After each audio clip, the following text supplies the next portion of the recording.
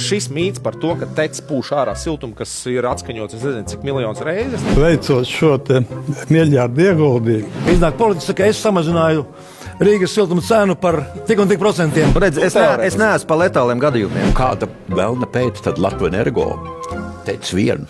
Palielina elektrisko jaudu. No viņa nāk ārā divi labumi - elektrība, siltums. Vai nu tad jāpārvērt ir teci, jādod Rīgas siltumā? Viss šis burbulis ir diezgan pārspīlēts. Labdien! Šis ir speciāls izlaidums raidījumam Vēla kalpa vēl dzirdamās, un šodien mēģināsim parunāt par un ap Rīgas siltumu, un šādu ekspertu ziets man šķiet, kas ir savākts šeit studijā šodien, kāds noteikti mūs varētu stipri apskaust. Un es varbūt sākšu no pēc kārtas, bet sākšu ar dāmu, Ina Bērziņa-Veita, Salaspils siltuma vadītāja. Tevis es paicināju speciāli kā labo piemēru, bet tad mēs tālāk parunāsim par to, ko tad jūs labi esat beigās izdarījuši. Aigars Laizāns, Latvenergo padomes priekšsēdētājs, Juris Ozoliņš, enerģētikas speciālists, Edgars Vīgants, Atjaunojamās enerģijas federācijas valdes loceklis un visbeidzot Ilmārs Stuklis, siltumenerģētikas eksperts. Jā. Pareizi, super.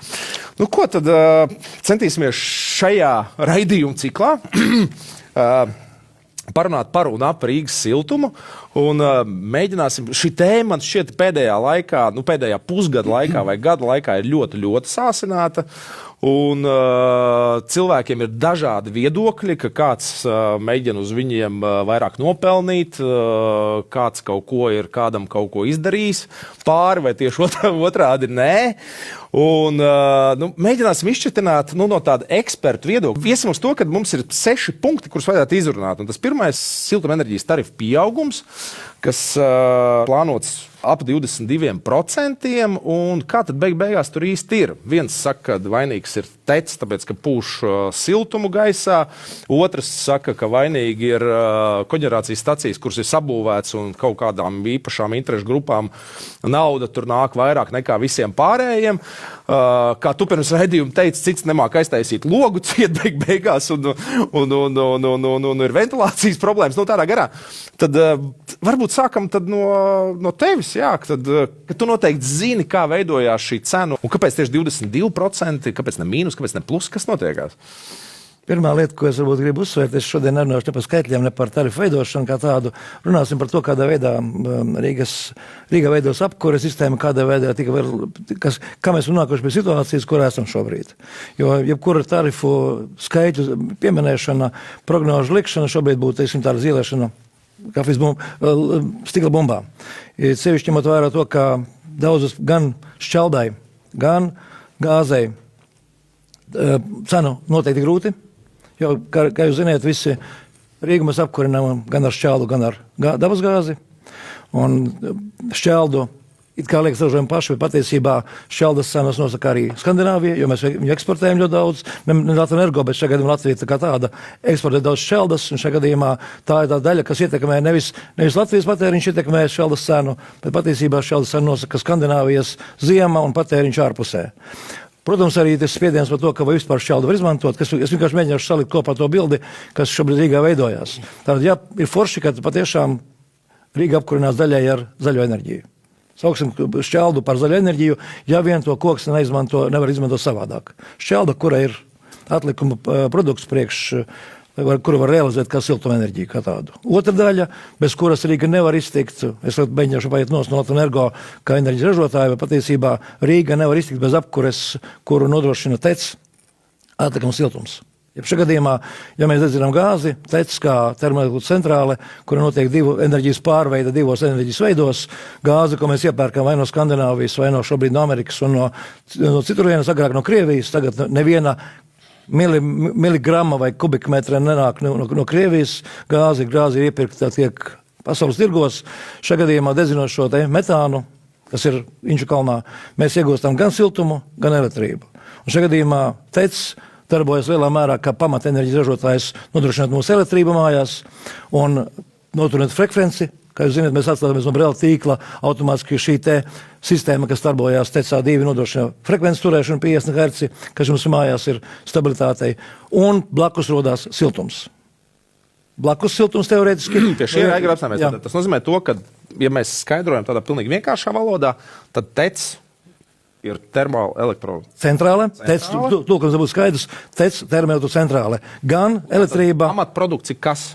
Abi divi. Abi divi būs. Nav tā, ka viens Nē. Viņš nav, netiek mests ārā. Tas nav domāts mest ārā. Labi. Met ārā tad, kad nepērk.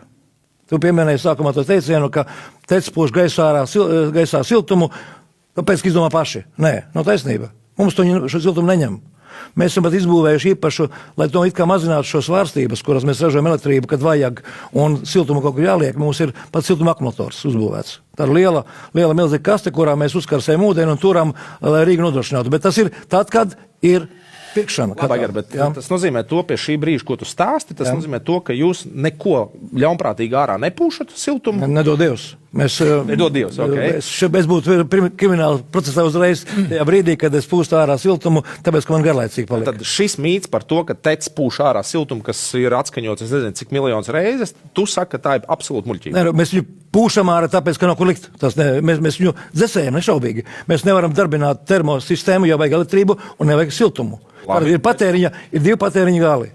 Ir elektrības patēriņš un balansēšana un siltuma patēriņš. Tātad pa cauruli projām no TEC aiziet karsts ūdens. Jā. Un ja kāds cits ražo citā vietā pa citiem tarifiem, šajā gadījumā TEC siltums nav vajadzīgs, šeit caurules plūsma teorētiski tiek apturēta. Labi, pie šī vēl atgriezīsimies. Ina? Jā. Tad Aigars paskaidroja. Savu skatījumu. Tas ir manējais Latvenergo puse. Bez maziem ražotājiem. Tieši tā.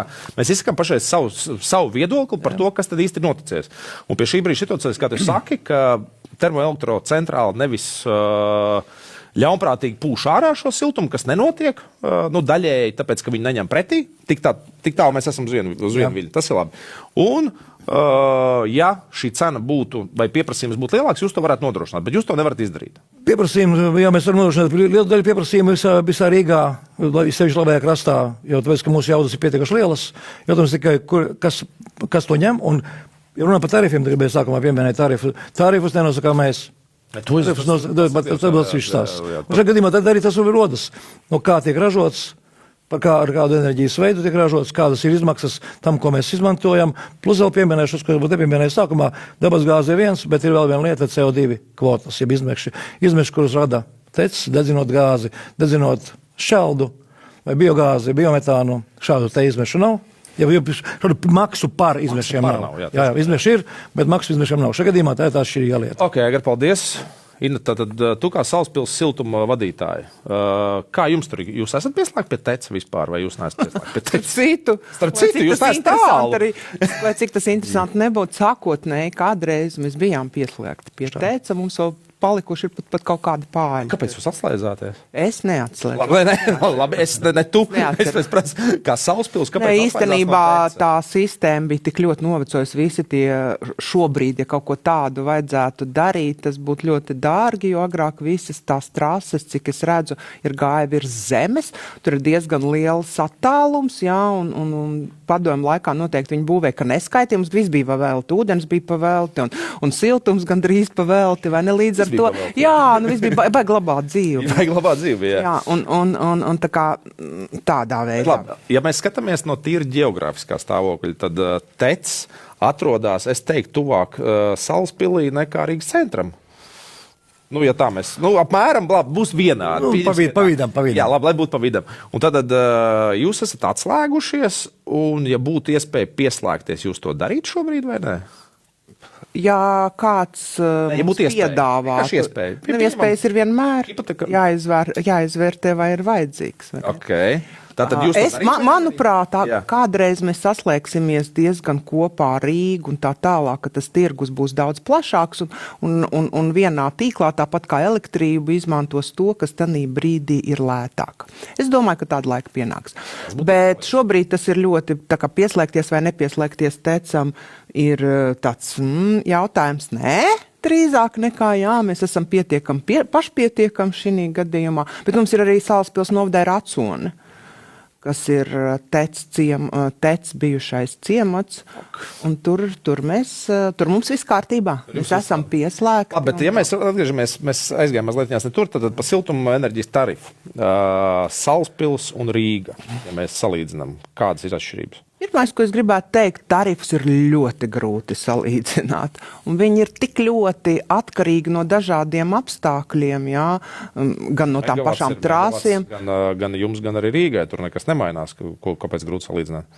Cena un megavats, tieši Jā, vienkārši tas arī ir. Nē, nav, jo tas ir atkarīgs gan no tā, cik daudz tev ir klienti, cik garas trāses, kas ir tavs galvenais resurss un tā tālāk un tā tālāk. Līdz ar to, es domāju, pirmām kārtām es gribētu laikam teikt, ka viss šis burbulis ir diezgan pārspīlēts. Wow. Un ja mēs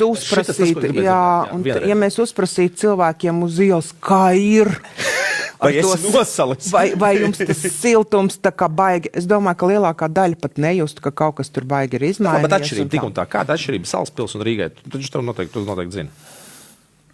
Baigi liels nav īstenībā. Īstenībā tur patās. Tad šie Pat 22%, kas it kā bija kā skan baigie procenti vai kā, bet ja mēs paskatītos uz tās, mums ir tāda, mēs taisam regulātorā tā cik mēneša grafiks par tiem tarifiem. Īstenībā viss tādā skaistā vairāk vai mazāk vienā līnijā. Un tad tur vajadzētu tā riktīgi pameklēt, kur tā Rīga, kur tas siltums. Ir tādi gali, kur ļoti nekas nemaksā, ja, un ļoti kaut ko ārprātīgi, tā kā stiklu ciems vai kaut kas tam līdzīgs. Visi pārējie ir daudz maz vienlīdzīgi. Un tas tā ažiotāža un viss mums tomēr vajadzētu saprast, ka ir dažādi apstākļi. Iepriekšējā ziema bija siltāka, varbūt tur kaut kas pamainījies ir tajā ražošanas struktūrā un vairāk vajadzētu uzticēties gan uzņēmumam, gan regulātoram, kas nosaka to. Tā kā es negribētu kaut kādā veidā salīdzināt, būtu sarežģīti, tādas milzīgas starpības nav. Nav, ok, skaidrs. Labi, Ozoliņkungs, par tarifu, ja mēs runājam, kā viņš veidojās, kas dzīvo Rīgā un arī izjūt kā maksājumu. Tu dzīvo Rīgā, es piedalījos tā pārdot, tu dzīvo Rīgā, tu esi Rīgā? Jā, es dzīvoju Rīgā, man bija tā pieredze, kad es pārgāju no dzīves Imantā, vecā projektā uz jaunu projektu, kur es redzēju, cik liela ir atšķirība, ko mēs maksājām par siltumu mājās, kas ir būvētas pēc moderniem standartiem. Un otrkārt, man palaimējās pēdējo, 4-5 dienu laikā noklausīties divas lietas. Siltuma konferenci veselu dienu, un zinot, ka man esi uzaicinājis šajā pasākumā, noklausījos arī, kas tad notika Saimā. Otrā uzklausīšana par tarifiem. Izklausīja regulātoru, Rīgas siltumu, un mums ir darīšanas ar ļoti kompleksu uzņēmumu. Viņš ir fragmentēts, varētu teikt, kad ir tādi 6 reģioni, faktiski izolēti Rīgas pilsētā ar dažādiem avotiem. Pašam Rīgas siltumam ir 50 dabasgāzes katlamājas, lai uzturētu kaut kādā veidā parametrus. Un visu šo lietu, protams, un arī šo ažiotāžu, kas ir sākusies, es to citādi nevaru nosaukt, rodās tādēļ, ka mums ir 2 elektroenerģijas ražošanas avoti šajā ietekmes sfērā. Stacijas, kuras ir būvētas elektroenerģijas ražošanai. Tās ir koģenerācijas, domā? Viņas ir gan koģenerācijas stacijas, gan kondensācijas stacijas. Tātad modernas iekārtas, kurināmais gāze, bet viņas var strādāt gan tikai elektrības ražošanā, gan var strādāt ražojot siltumu un pa ceļām elektrību kā blakus produktu. Un šī ir visa tā kompleksā tā lieta. Pašreiz ir izveidojies stāvoklis, kad Rīgā ir ienākuši bez paša Rīgas siltuma ražošanas avota arī neatkarīgie ražotāji. Un viss tracis ir ap to, ka kāds tur izmanto negodīgi tirgus situāciju. Bez šaubām ir notikuši ļoti nopietnas sarunas gan starp Latvenergo, gan starp Rīgas siltumu, ekonomikas ministriju, regulātoru. Viņi beigās ir nonākuši pie slēdziena, ka pašlaik ir iestājies tirgus režīms. tiek mēģināti iedzīvināt tirgus principi labajā krastā, kur ir apmēram 70% no visa Rīgas siltuma apgādes. Un paskatīsimies par to rezultātu. Ir likumdošanas iniciatīvas, man kā Rīgas iedzīvotāju, atklāt sakot, vairāk tracina tas troksnis nekā tā reālā darbība. Es kā Rīgas iedzīvotājs visā noteikti atbalstītu vietējā energoresursu izmantošanu ar abām rokām. Rīga var atļauties daudz vairāk palīdzēt Latvijas ekonomikai. Vakar es nofotografēju Skultas ostu no visiem aspektiem. Uz to ir žēl skatīties. Mums ir resursi. Tu domā, tas, ko ved tos kautus projām? Diemžēl aizpūst. Rīgas ostā to pašu var redzēt. Tā kā kompleksa lieta, modernas tehnoloģijas. Vēl ir jāpiebilst, ka Latvenergo arī pirmo tecu pārved uz kondensācijas režīmu tieši tādēļ, ka pieprasījums enerģijas elektrības tirgu ir liels, vajadzība ir liela, un, protams, Latvenergo nopelna daudz vairāk elektrības tirdzniecībā nekā ar siltumu. Es teiktu, jāatļauj tirgiem darboties.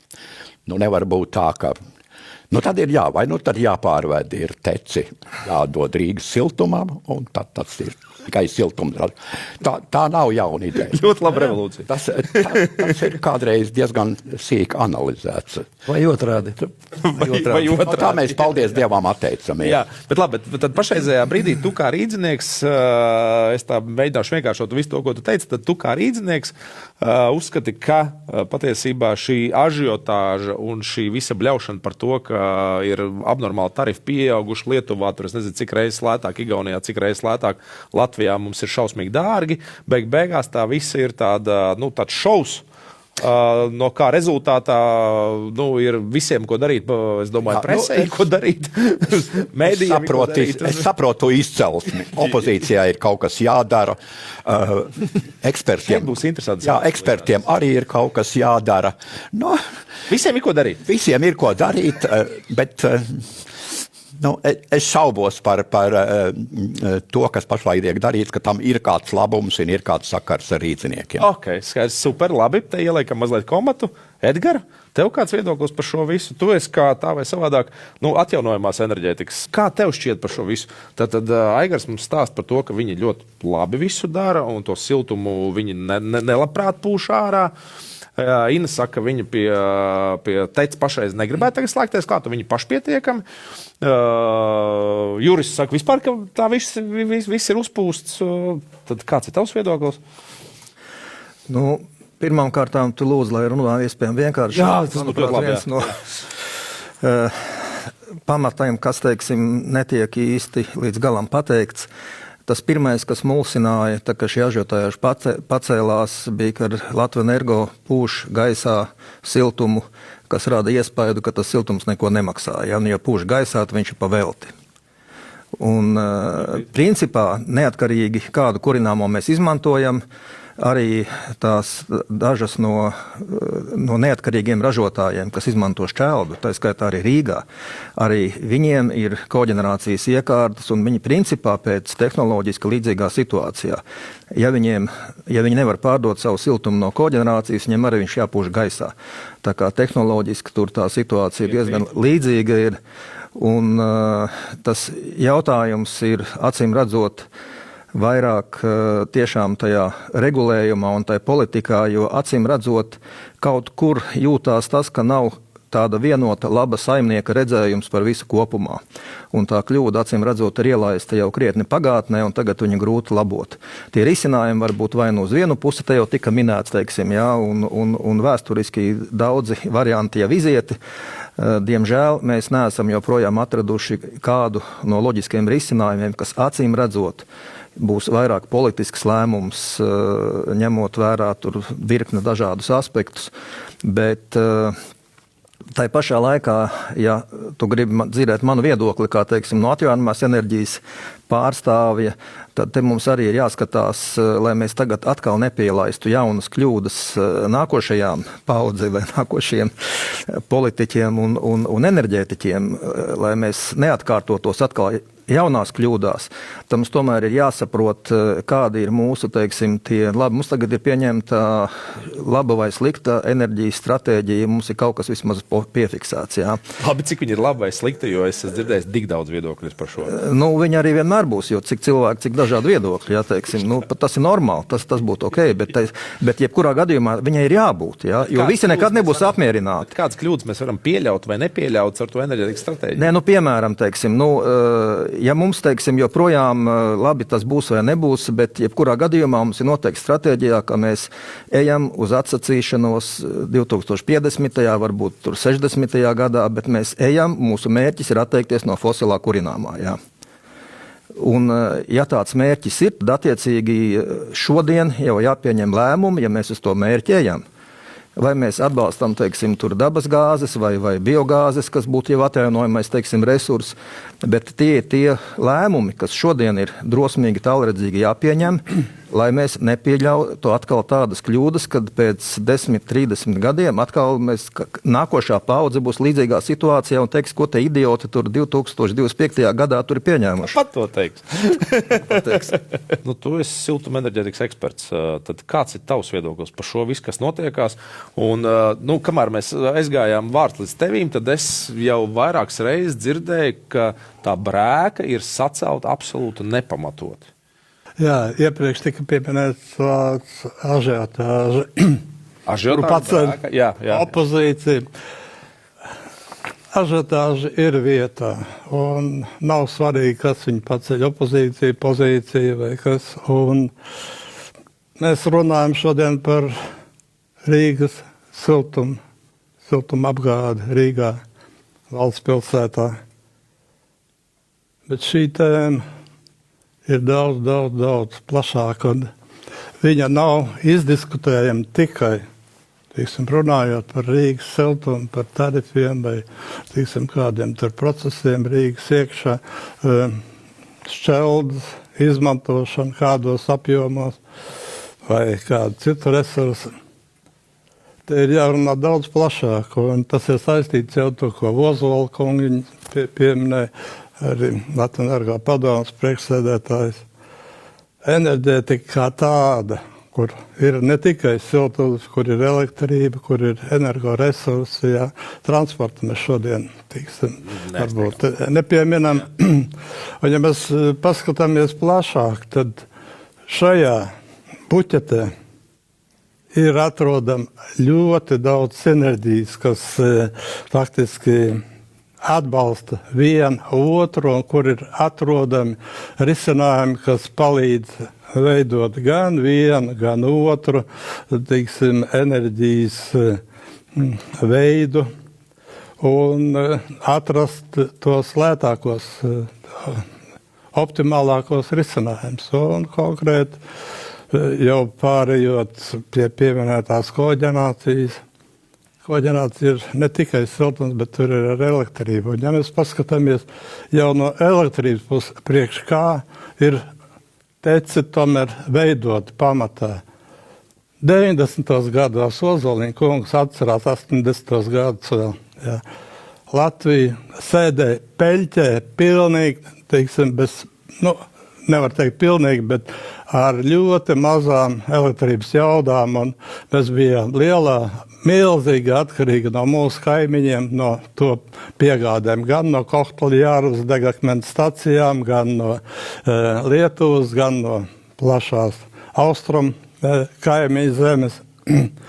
Un Latvija spēja nodrošināt sevi gan ar jaudām, gan ar enerģiju ap 50%. Un tad 90. gadu vidū Latvijas Energo kopā ar valdību, ar ekonomikas ministrijas cilvēkiem izstrādāja gan pamatnostādnes, gan attīstības nostādnes, kur arī paredzēja, ka mums ir šī enerģētika kopā jāsakomplektē iespējami efektīvi. Un tas bija modernizēt mūsu tecus, padarot viņus par augstu efektīviem tajā ziņā, ka tur tiktu paceltas elektrības ražošanas jaudas uz samazinātām siltuma jaudām, kas tajā laikā arī notika. 90. gados atkrita rūpniecība, samazinājās elektrības, tas siltuma patēriņš un bija jāoptimizē šīs jaudas. Tā rezultātā faktiski notika šīs turpat miljardu ieguldījumi Latvijas energoelektrostacijās atbilstoši valdības un Latvijas lēmumiem, ar kuru palīdzību bija paredzēts gan nodrošināt valsti ar elektrību, ar bāzes enerģiju, gan Rīgu ar siltuma apgādi. Un, faktiski šī rezultātā atšķirībā no mūsu kaimiņiem Baltijā, Igaunija, Lietuva, kuri sēdēja uz lauriem un faktiski šodien ir situācijā, kad viņi nespēja nodrošināt Latviju ar elektroenerģiju. Latvija spēja nodrošināt sevi ar elektroenerģiju pilnā apjomā tad, kad šī elektrība ir vajadzīga. Un pie tam tādā veidā, veicot šo miljardu ieguldījumu, tika atrisināts jautājums arī par Rīgas kā valsts pilsētas siltuma apgādi, kura rezultātā, atkārtojos, Rīga nonāca tajās pozīcijās, kad Rīgā bija lētākais siltums gan kā Viļņā, gan kā Tallinā, jo šīs mūsu kaimiņu valsts, kuras bija pašpietiekams ar elektrību, viņas gulēja nosacīti uz lauriem un faktiski ir nonākuši situācijā tajā, kad elektrības jaudas ir novecojušas, tās, kas padomu laikā bija uzbūvētas, viņas ir jāslēdz un rezultātā bāzes jauda praktiski Latvija notur praktiski priekš visas Baltijas valstīm, vairāk vai mazāk. Un tādā veidā tika atrisināti šie jautājumi gan par elektroapgādi valstī, gan arī par siltuma apgādi Rīgas pilsētā. Atšķirībā no pārējās Latvijas, kur tik tiešām Edgaram var piekrist, tur tātad ir tā vieta, kur lokāli mazkaloriju kurināmā, kas ir šķelde, piegādāt un lokālai nodrošināt siltuma apgādai. Mazpilsētām, pilsētām un tādā veidā, enerģētiski sabūvēt pašu efektīgāko risinājumu priekš valsts. Labi, Ilmar. Tātad divas lietas, ko es dzirdu no tā visu, ko tu saki. Tātad pirmais ir tas, ka brēki ir pacelt pamatot, atšķirībā no visiem pārējiem vīriem, ja es pareizi saprotu, ja? Numur 2, ļoti labs stāsts par 80. 90. gadiem, kā tika pieņemts lēmums un iztērēta nauda un vispārējais, tik tālu visi forši. Bet vēlreiz, Edgar, jautājums bija, kas tad ir pareizi vai nepareizi darīt? Kur tās brēkas jēga ir? Es vienu mūsu komentāru. Es varbūt neprecīzi sākumā neteicu gan par to, ka tā ir lieka brēka. Patiesībā par katru lietu jādiskutē, un es ļoti priecājos, ka šī varbūt diskusija tika pacelta, tikai viņai nevajadzēja pārvērsties par to, kolēģi, kas saka brēku. Jebkurā gadījumā vienmēr jautājums par to, ka kāda cena, ka izmaksas, kādas tik efektīvi vai neefektīvi darbojās, obligāti ir vajadzīgs. Un te jāiesaist ne tikai Latvijas energo kā tas, kurš tiek pārbaudīts no augšas uz apakšai, bet arī pārējie siltuma apgādātāji, kas piegādā Rīgai siltumu, būtu jāizvērtē līdzīgā veidā. Un tad mēs varētu būt, un to darīt nevis nejauši cilvēki, bet eksperti, jo, kā es kolēģiem smējos pirms tam, ka mūs tomēr aizinām ārstu pie situācijas, kurā kaut kas jādara, nevis kādu nejauši cilvēku, kurš paskatīsies, kas noticis iekšā. Mēs esam nonākuši pie situācijas, kurās atnākam paskatīties un pasakām, vai cik slikti ir. Tāpēc pašreizējā brīdī runā par ko tad? Par to, kad politiķi iejaukušies iekšā. Nē, es nekomentēšu, kurš ko ir iejaucies. Es neprasu uzvārdu. Tad es saprotu no tevis, kad politiķi jaucās iekšā cenu veidošanā? Tā ir tāds mēģinājums, jā. Šobrīd ir mēģinājums spiediena veidot šo padomu laika sistēmu, kurā cena nosakās no malas. Politiski vai nepolitiski veidojot nevis tirgus, kā Juris pieminēja situāciju, bet no augšas nosakot cenu, kura būs laba priekš cilvēkiem. Vai pasakot vēl labāk, ka šobrīd tiek gaidīts, es domāju, ka iznāk politiķis, ka es samazināju Rīgas siltuma cenu par tik un tik procentiem, man lūdzu medaļu ordeni vai kaut ko vēl. Šajā gadījumā tā svarīgā lieta ir tas, ko Ilmars stāstīja par vēsturi, kurā patiešām tika ieguldīta nauda, lai efektivizētu tecus. Jautājums šobrīd ir, kas notika pēc tam, kad tika atļauta šī te kaut kādā mērā maskontrolēta iespējams siltuma sistēma attīstība. Pēc tam jau pie tīkla, jo tīkls Rīgā ir pie kuras lētas klāt siltuma ražotāji. Un tālāk jautājums ir par to, kā tas tika veidots un kā mēs šobrīd, runājot varbūt no tavas pozīcijas, ko mēs darīsim uz priekšu. Atpakaļ mūs skatīties ir daudz grūtāk, jo mēs šajā gadījumā mēs esam nonākuši pie situācijas, kurās ir tīkls, pie kura ir pieslēgts tecis, ir privāti ražotāji, nav savienojama starp labo un kreiso krastu, un kāds pārvalda un kaut ko mēģina noteikt. Tad darbojamies uz priekšu, vienu soli tālāk, skatoties, kā attīstam tālāk uz priekšu. Jo Edgars ļoti pareizi, Edgars perfekti pateica vienu svarīgu lietu. Tecis un es, Latvenergo pozīcijā, mēs būtu laimīgi, ja Inčukalnā būtu biometāns. Tas atrisinātu problēmu. Tāda nākotne. Es patiešām, mēs Latvenergo maksimāli mēģinām arī veicināt to domu, ka tas, ko ir iesākts Kems, ka šobrīd būtu gudri veidot kaut kādā mērā biometāna ražošanu. Šobrīd attīstība ir vienkārši nomira. Man žēl, ka nomira tas posms, kurā bija šīs zemnieku saimniecības, kuras ražoja biogāzi, kuru dedzināja momentāni turpat motorā. Bet šobrīd tā gudrākā lieta, arī tas ir tomēr deva efektu, kuru nerēķināja nekādā veidā, pareizi, ka būtu jārēķina, ka tas zaļais elektrons ir.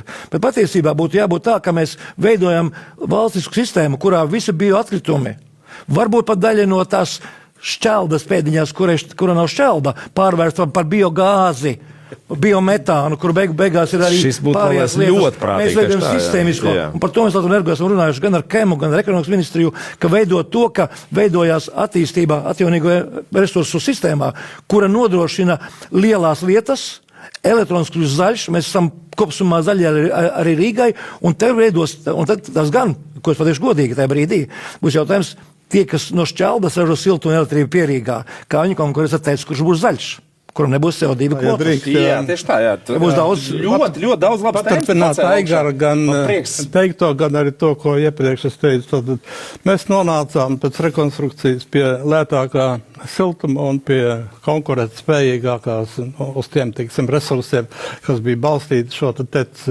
rekonstrukciju elektrības. Jā. Tālāk, kas notika? Aizvien notika siltināšana, siltuma patēriņa aizvien samazinājās, un tā vietā, teiksim, bijis, lai optimizētu atkal šo siltuma apgādi, bija jāsamazina siltuma jaudas Rīgas pilsētā, jo viņas bija pārliek lielas. Tā vietā, lai samazinātu, notika pretējs process un tika piebūvēts papildus jaunas, teiksim, jaudas, kuras, protams, prasīja papildus izmaksas, kuras bija pēc tam, jādabū atpakaļ, jānosēž šīs atpakaļ. Un te mēs nonācām pie tās situācijas, kad elektrība tika atdalīta nost, jo arī šī elektrības ražošana koģenerācijā bija ierobežota savu konkurences padomus pieņemtiem, vai ar viņu līdzdalību pieņemtiem lēmumiem, kad teciem faktiski bija aizliegts konkurēt jau ar šiem te mazajiem siltuma ražotājiem. Bet te ir jāpiemina, kāpēc aizliegts. Aizliegts burtiski tas nebija, bet šis te nelielais siltuma, teiksim, ražošanas relatīvi nelielais apjoms, tur 100 megavatu, 200 megavatu apjomā, viņš tika sadalīts lotēs vai daļās. Un tās daļas bija 15, 20, tur tā. Par šādām daļām tec lielie bloki nebija spējīgi darbot, un līdz ar to viņiem bija vienkārši, viņi nevarēja piedalīties šajos konkursos, un līdz ar to ražojot elektrību, viņiem siltums bija jāizmet apkārtējā vidē. Iepriekšējos gados, sākot jau ar kādiem 18, 19, 20 gadiem, miljonos, teiksim, eiro apjomos, un faktiski šī siltuma enerģija nebija izmantot liederīgi, un viņi tika tiešām izmest kā atkritums apkārtējā vidē. Un te slēpjās varbūt arī viens no tiem faktoriem, kāpēc Rīgā aizgāja šis siltuma enerģijas tarifs uz augšu. Tagad ir sabiedrība, ir valsts institūcijas, ja Saeima pagriezusies ar sevi pret šo te atlikumu siltumu, jau ir likumdošana mainījusies, beidzot, jau pagājis ir vairāk kā 5 gadi, kad mēs tagad runājam, kad prioritāri ir jāizmanto šis atlikuma siltums, kad sadalījums, acīm redzot, lotēs, tas ir bijis kļūda, to nedrīkstēja izmantot, un visā šajā apjomā faktiski būtu jādod iespēja konkurēt jau normālā konkurencē visiem siltumražotājiem. Ja? Es saprotu, ir izdarīts daudz kļūdas, pirms tam ir skaidrs, tātad tika atvērts tirgus, tika ielaist iekšā spēlētāji, nebija paskatīts viss kopīgais enerģijas patēriņš. Ok, tik tālu mēs viss ir skaidrs, bet pie šī brīža situācijas, tad kāds ir beigās risinājums aiztaisīt cietās mazās koģenerācijas vienkārši? Risinājums ir tāds, ka šajā, manā skatījumā, kā enerģētikas ekspertam, ir tas, ka ir jāatļauj vienkārši brīvā konkurence. Un kā jūs ziniet, tad tagad, ja mēs paņemam atkal sinerģiju kaut vai siltums elektrība, tad mēs zinām, ka elektrībā ir atvienojušies no Brela. Esam pievienojušies Eiropai tīklos, kad mums tagad ir jābūt gataviem darboties saules režīmā elektrībā, ka mums tagad ir jāspēj Baltijā balansēt. Tā mēs jau pieķersimies. Bet viss tas nāk klāt šeit. Un ne tikai balansēt, bet arī rezervēt. Un ja mēs saliekam visu šo te kopā, tad teiksim, lielie teci, nenoliedzami var šodien ļoti labi konkurēt ar citiem siltuma ražotājiem, un tādā veidā faktiski šis tarifs varētu būt būtiski samazināts Rīgas pilsētā. Ilmar, tad es pēc tevis sacītā, tas nozīmē, ka ja mēs atveram, uztaisam brīvo tirgu, tad tajā brīdī cenas vajadzētu krist, tīri teoretiski, un regulators nenosaka cenu. Es pareizi saprotu, tas ir tas, ko tu iesaki. Jā. Kuram ir viedoklis? Jā, es varbūt pateikšu. Tā laikam bija viena no problēmām, ka faktiski viens no spēlētājiem bija regulēts, un tie pārējie neatkarīgie bija neregulēti. Vismaz tā sanāca pēdējā laikā. Es domāju, ka šobrīd šī situācija ir pa lielam atrisināta. Atrisināta?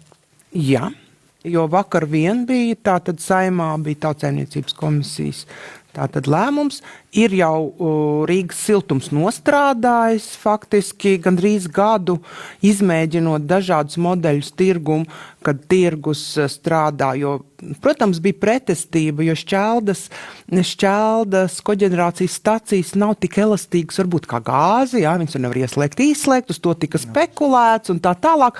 Šobrīd tur ir sarežģīti. Es nestāstīšu to tehniski, kāpēc, ko, cik kuram vajag un kāpēc, ko kurš var un ko kurš nevar. Bet, teiksim tā, uz to lielo masu, uz to lielo siltuma masu, kas ietekmē tarifu, šobrīd ir uzsācies reāli brīvs tirgus, kas reāli, tā teikt, arī neļauj mākslīgi, teiksim tā, paaugstināt to siltumenerģijas cenas. Un, diemžēl, to efektu uzreiz neredz, tā kā aizējot. Es domāju, ka paejot šai apkurs, tā arī ir. Mums tarifi tiek sastādīti par iepriekšējo gadu. Pārskatot iepriekšējo gadu, tu taisi prognozes un uz nākamo, un tā tiek veidots, teiksim, kopējais siltumenerģijas tarifs. Jo jāsaprot, ka ārpus tā ražošanas tarifa, tas ir pats tas, kas ražo. Nāk klāt vēl viss cits komponents, pārvade, līdz ar to, teiksim, šobrīd, ja mēs runājam par to ražošanas vai par to siltumenerģijas sadaļu, es domāju, ka būs nākamgad, es ceru, mēs tikpat skaļi runāsim par to, cik Rīgā ir zems tarifs. Tad, tu tikko kā nozagi dažiem politiķiem ordeņus. Tad tu jau pasaki šodien jau... Nē, viņi jau varēs pateikt, ka viņi pie tā ir priecīgi. Tas, ka viņi varēs pateikt, tas ir ļoti labi, bet tā teorijā, tad, ja mēs skatāmies uz šodienu un novalkam tādu traknu līniju, tas nozīmē to, ka viss jau teorijā ir sakārtots un nākošo gadu Aigars nevisai laimīgi izskatās, ko es saku. Bet nākamajā gadā tas nozīmē, ka tarifs būs jau pats par sevi sakārtojies, tāpēc, ka tirgus viņu būs noregulējis. Tarifs nekad nebūs sakārtojies. Kā es teicu, viņš atkarīgs no dažādiem. Tas, ka viņš būs zemāks nākamgad stiprāk nekā šeit, nekā šobrīd, kas atspoguļo iepriekšējo gadu. Tu par to es gandrīz varētu garantēt. Ok, super. Tā ir laba ziņa. Paturpinot varbūt to, ko Ina teica par tarifiem, ka tagad varētu būt, lietas sakārtotos, arī šis tirgus sakārtotos. Man jāpiemina vēl tomēr citas lietas. Lai sakārtotos kaut cik šī arī tirgus lieta, tad mums primāri, vai viens no primāriem risinājumiem manā skatījumā būtu arī iesaistīt regulatoru. Regulātori izstrādājot šo tarifu noteikšanas metodiku speciālu koordināciju. Šodien koordinācijas tarifu metodika, kas nosaka siltumu, ir kā ūdens sildāmiem katliem. Tur netiek pieminēti ienākumi no elektrības, kas varētu būt pārdalīti. Tas ir apzināti darīts, vai tas ir? Nē, tas ir vienkāršot uztaisīt šī metodika savā laikā. Tad, kad viņu taisīja, acīm redzot, vēl īpaši nedarbojas ne tirgus, nekas, vienkārši uztaisīja tādu tarifu metodiku. Es sapratu, Bet tad ir jāsaprot, ka ieplūstot gāzei vienā kaut kādā katlā, no viņa nāk ārā divi labumi. Elektrība, siltums. Tad viens izmaksas ienāk iekšā kopā ar CO2 un nāk divu gabalu. Un noteikti, kāda cena ir siltumam, kāda cena ir elektrībai. Metodika praktiski nespēja. Šeit ir ekonomiskie jau faktori, ir jāņem vērā, kādā veidā konkurēt gan vienā, gan otrā. Un šīs izmaksas ir jāpārdala. Tas nav tomēr ūdens sildāmais katls, kurām nāk tikai gāze iekšā, nāk ārā siltums, un līdz ar to siltuma cena ir pietiekoši augsta. Līdz jautājumi iekšēji varbūt. Vai tā var būt, ka, piemēram, šajā gadījumā Latvijas Energo dos siltumu bez maksas pa tīklu projām? Nekādā gadījumā. Kāpēc to jautāju? Tāpēc, ka brīvais tirgus nozīmē to, ka man ir, ja es nopelnu 2000, iedomāsimies to absurdu situāciju, 4000, kas bija eiro par megavatstundu, pēkšņi parādās tirgu, un es ražoju elektrību. Un man ir man parādās šajā gadījumā pilnīgi brīvs produkts ūdens, karsts. Ko darīsim?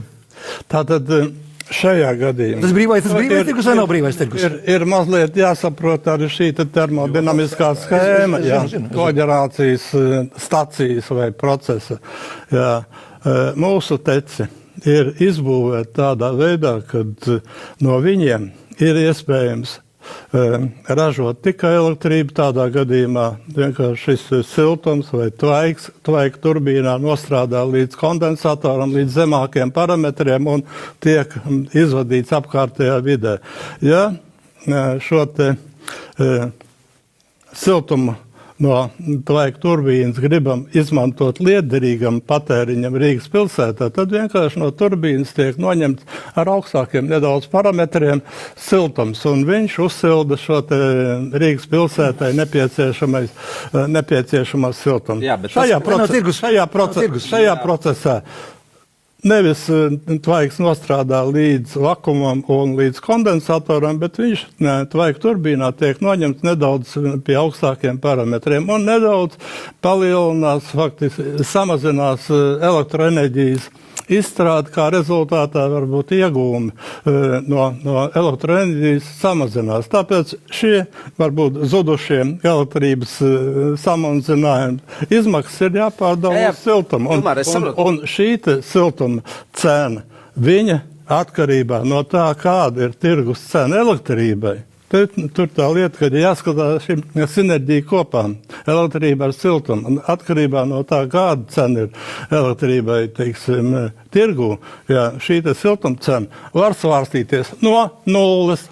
Viņi var svārstīt līdz kaut kādiem maksimums 10 eiro par megavatu stundu, kas ir ļoti konkurētspējīgi ar jebkuru šķeldi, pati šķeldi, tikai nerunājot par to, ka ražotais siltums ir daudz dārgāk nekā šis atlikums siltums. Ilmāri, sapratu? Edgar? Pagaidīšu, Edgar? Tas varbūt nav gluži Es esmu inženieris, teiksim, nu, tas atkal acīm redzot kaut kas nav bijis labi ar regulēšanu, likumdošanu. Kāpēc joprojām Latvenergo, teiksim, to nav izmantojis līdz šim, bet tagad jau tā situācija nav tik viegli vairs labojama, jo mēs ejam uz tirgu, kas ir pareizais virziens, principā, jo mums no tās regulēšanas un birokrātijas arī, kā mēs jau te redzam, arī gan Latvijā, gan Eiropā, mēs ejam uz birokrātijas mazināšanu, bet reāli mēs tikai atkal radām jaunus regulējumus, tā skaitā Rīgā, teiksim, Rīgas siltumam. Tas tavs redzējums, tad ejam brīvā tirgu vai neejam brīvā tirgu? Tad šis der vai nedar mums? Es esmu inženieris, un tas atkal ir politiskais lēmums. Es nerunāju par politiku. Es kā pilsonis uzskatu, ka mums ir jāiet uz tirgus, tas tirgus vislabāk noregulēs. Tirgus noliks visu pa savām vietām. Bet jautājums ir šis pārējais process. Mums ir tagad sākārto, mēs esam, bet tagad, ja teiksim, piemēram, tā kā Ilmārs teica, ja teiksim, tagad atļauj Latvenergo to visu atlikumu siltumu, teiksim, minēja apmēram 10 eiro plus mīnus, ja. Tagad, tad visas pārējie, teiksim, konkurenti, kas tagad ir investējuši, tad viņi nomirst dabīgā, nedabīgā, bet momentānā nāve. Netaisam tādā gadījumā. Tad mēs satraucamies joprojām par tiem, kuri ir investējuši naudu, nav bijuši pareizas riska analīzes izveikts, izskatās, jo bija balstīts tikai vienīgi uz to, ka šis siltums tiks pārdots par ļoti labu cenu. Savukārt, ja mēs atveram vaļā slūžas, vai noteikti varam piekrist vai nepiekrist, es nezinu, un ja mēs atveram vaļā slūžas, tas nozīmē to, ka viņi visi nomirst. Pareizi? Es neesmu par letāliem gadījumiem. Labi, pagaid, tad mēs regulējam vai neregulējam? Edgar, tad mēs tiekam... Es tev atbildēšu. Jā. Mana atbilde ir, ka mums ir jāregulē šis pārējais periods. Mums jāsaprot pārējais periods, bet ejot uz brīvu konkurenci, bet mums šis pārējais periods, mēs nevaram tagad kādu nokaut un sākt kaut kādu iekšējo karu. Kādu nokaut, bet vienkārši... Bet mums, ja ir ielaistas kļūdas, mums viņas ir... Vajadzētu labot, skaidrs. Vajag labot, vajadzīgs kaut kāds pārējais periods, kā mēs saprātīgi visiem, lai visi dzīvi, visi ir puslīdz, neviens nebūs laimīgs varbūt, bet visi būs puslīdz apmierināti, visi izdzīvos, un tā skaitā Rīgā siltums būs par pieņemamu cenu. Bet šis pārējais periods, teiksim, tas nav tik vienkārši atbildāms, kā viņu, atkal ir varianti, kā viņu veidot. Bet tas pārējais periods tavā uztverē, cik viņš ir garam jābūt viņam ir? Tas ir gads, 2, 10, tas ir cik, kādā? 5-10 gadi. 5-10 gadi. Nē. Tātad esmu neglābjama optimiste. Tu esi neglābjama optimiste. Neglābjama optimiste. Jā. Es esmu samuls šodien. Elektrības tirgus mums ir atvērts no 13. gada. Numur 1. Jā, super. Siltumtirgus Rīgā dienas tirgus darbojās no 20. novembra. Tātad tirgi ir atvērti. Jā. Mums ir vienīgā, tā teikt, sāpes mums ir, kas tad ir tie 2 Rīgas termoelektrocentrālis, 1. un 2. Tās nav vairs tās stacijas, par kurām Ilmārs runā. Tas ir sen aizmirsts. 2004. gadā TEC 1 pilnīgi pārbūvēts.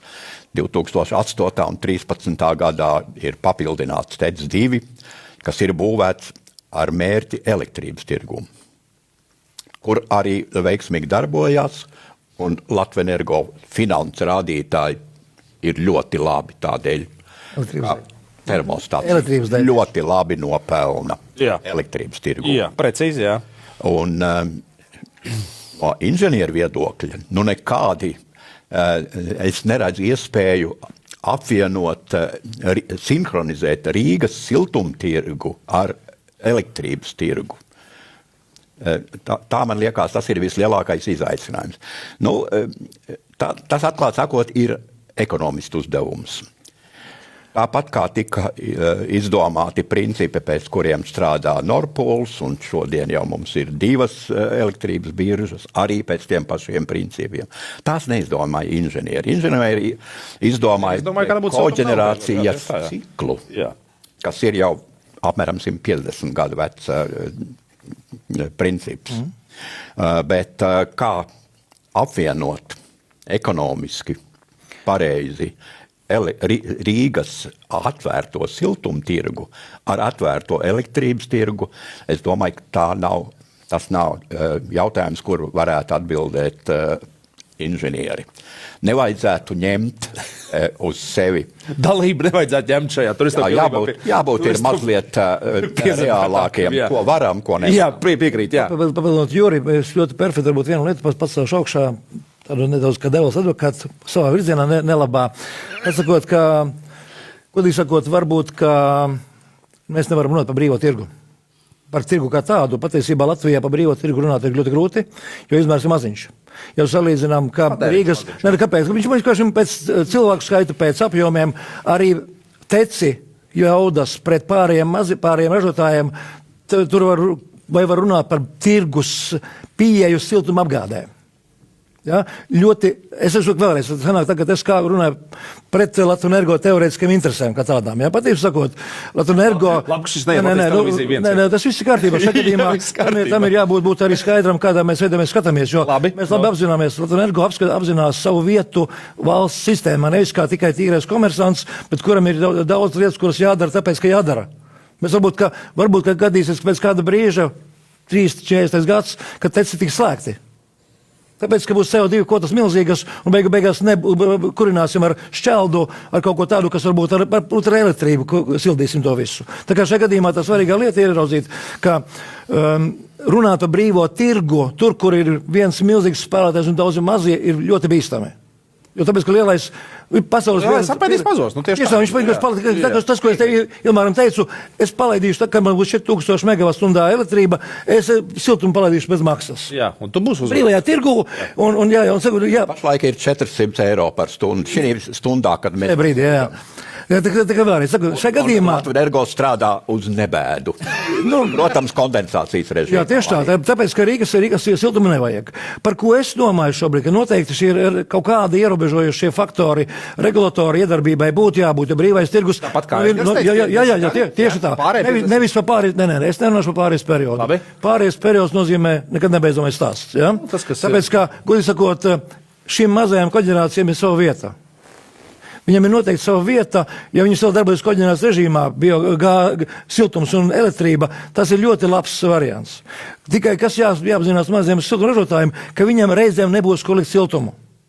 Nevis, ka siltums būs mast obligāti Rīga pirks. Tāpēc, ka, esmu mazais un vinnējis, ja? Bet tāpēc, ka tātad, un ko es gribētu redzēt šobrīd, un par ko mēs arī mēģinām Latvenergo meklēt, siltuma patēriņu blakus tur, kur ražo siltumu. Un neradīt tur, kur jau ir siltuma ražotāji, vēl vienus siltuma ražotājus. Mēs piesārņojam vietas ar siltuma ražošanu. Mums ir labāk krasta stūris, kur tecis ir. Viņš ir apaudzis ar siltuma ražotājiem. Un beigās, un nav patērētāju. Tas ir paradoks patiesi. Tas nav paradoks, tā ir lēmumi. Tie ir iepriekšējo periodu lēmumi, jo bija viegli piesaistīt pie caurules. Piesprāudus pie caurules, kur bija siltuma patēriņš, un uzbūvēja blakus sildi. Bija veikala uzņēmēji, kas to izmantoja. Es nemeklēšu veikli vai kā. Šajā gadījumā uzņēmēji, kuri to... Tas slēpjās tā veiklība un tā viltība. Nē, viņa vienkārši bija tāda negodīga. Nē, nekādā gadījumā nē. Viņi ir spekulanti. Nekādā gadījumā nē. Politiski. Jo ir precīzi. Es saku, ļoti labi. Tas ir izdarīts ļoti labi, viss ir kārtībā. Tā brīža situācija, kad nosaka tirgus, viņi izmantoja savu iespēju pelnīt, viss ir kārtībā. Bet tas šodien notiek. Jā, viss kārtībā. Kur ir tas greizums? Nē, es neteicu, ka greizums. Greizums var rasties. Es teicu, ka es runāšu pret sevi pretī. Ka šajā gadījumā, ka Latvenergo būtu jāregulē siltuma cenas teorētiski ar atbildību, jo tajā brīdī, kad mēs tecā sāksim darbināt lielu elektrības cenu dēļ tecus un dosim siltumu par ļoti zemu cenu tirgu, jo mēs piedāvāsim atlikumu siltumu par ļoti zemu cenu. Tagad tu biji izteicis, ka metodikā jau šodien ir noteikti. Ar noteiktu līmeni, vai ne? Zemāk mēs nevaram iet par viņu.